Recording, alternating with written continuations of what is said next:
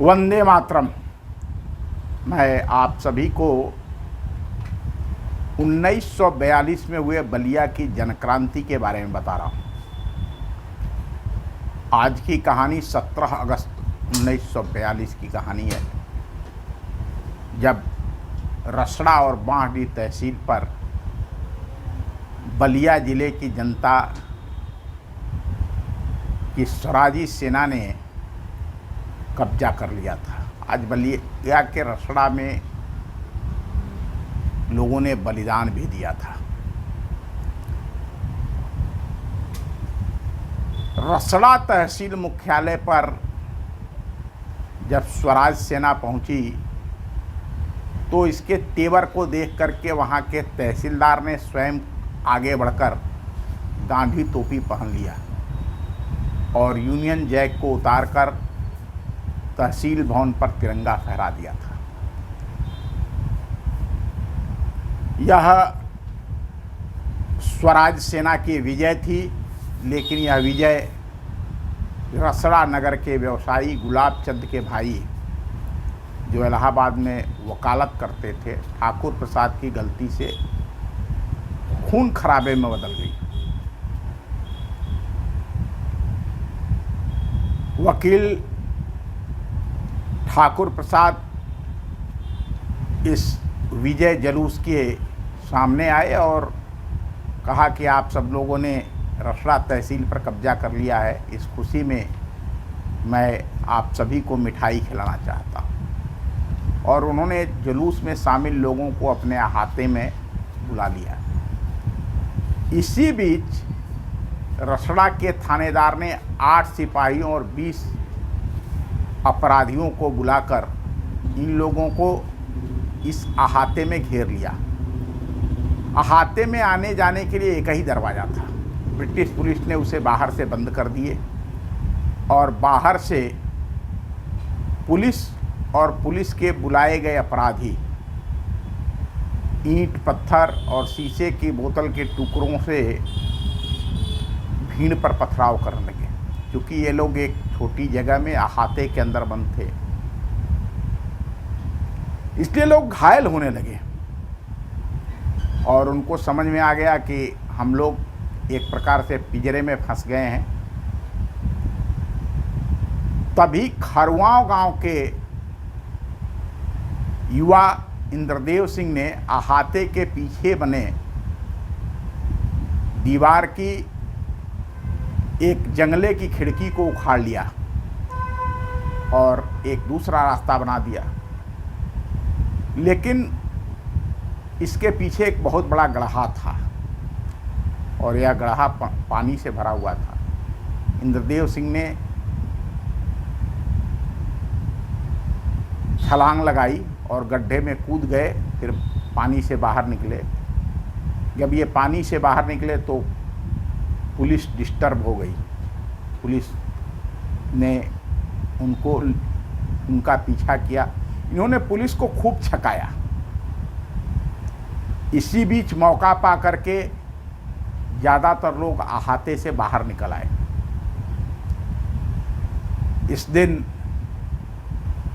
जब पुलिस ने देखा कि ये मामला हम लोगों के हाथ से निकल रहा है, तो उन्होंने फायरिंग शुरू किया। इस फायरिंग में श्री हरिराम सुल्तानपुर के, श्री विश्वनाथ राम और श्री विशुराम, जो उत्तर पट्टी रसड़ा के रहने वाले थे, मल्लब के श्री कृष्ण मिश्र और कोइलवर के गणपत नोनिया, 4 लोग शहीद हुए। सैकड़ों लोग घायल हुए।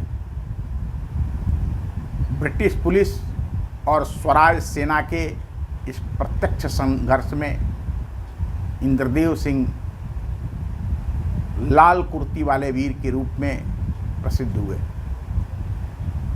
स्वराजी सेना ने पुलिस पर हमला करके इनको छुड़ा लिया।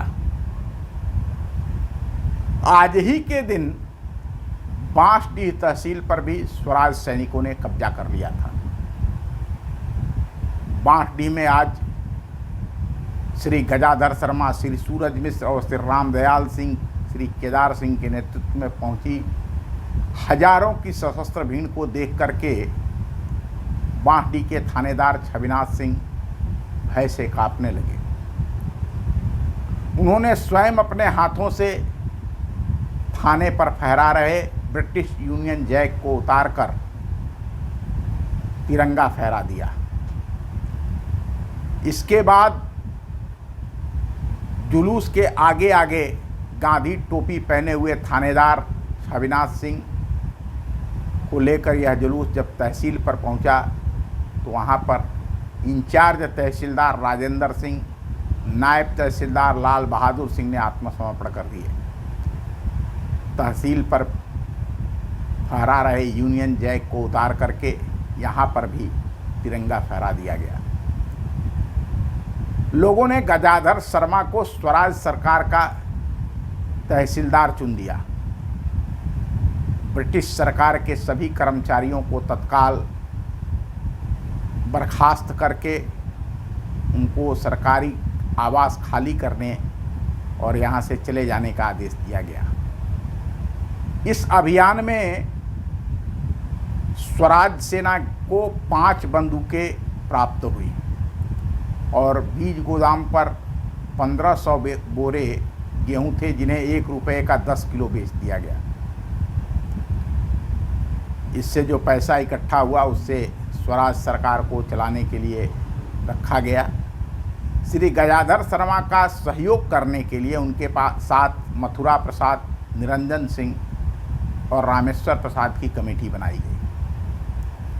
बांसडीह की इस रक्तहीन क्रांति में बगैर कोई गोली चले केवल स्वराज सैनिकों के पौरुष से बांसडीह तहसील 17 अगस्त 1942 को आज़ाद हो गई और यहाँ स्वराज सरकार का गठन हो गया।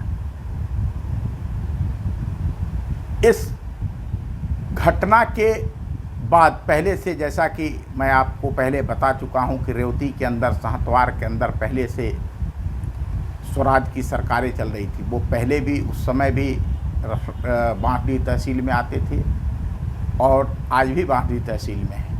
इस प्रकार से संपूर्ण बांसडीह तहसील के सभी थानों पर, सभी टाउन एरिया पर स्वराज सरकार का कब्जा हो गया था और स्वराज की सरकारें चलने लगी थी।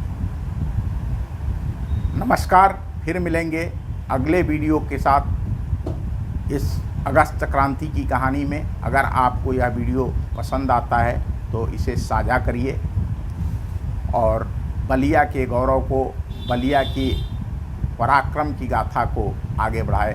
नमस्कार।